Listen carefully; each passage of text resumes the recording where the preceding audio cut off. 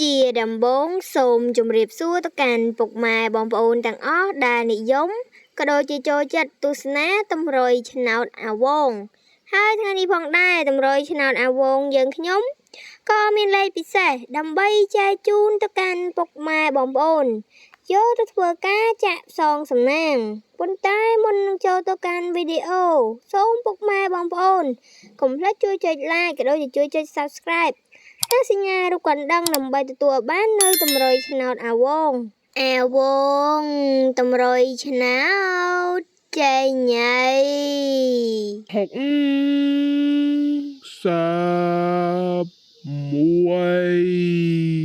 អាវង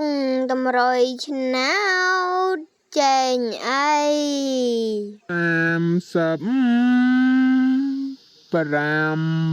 37អាវងតម្រុយឆ្នោតចេញហើយ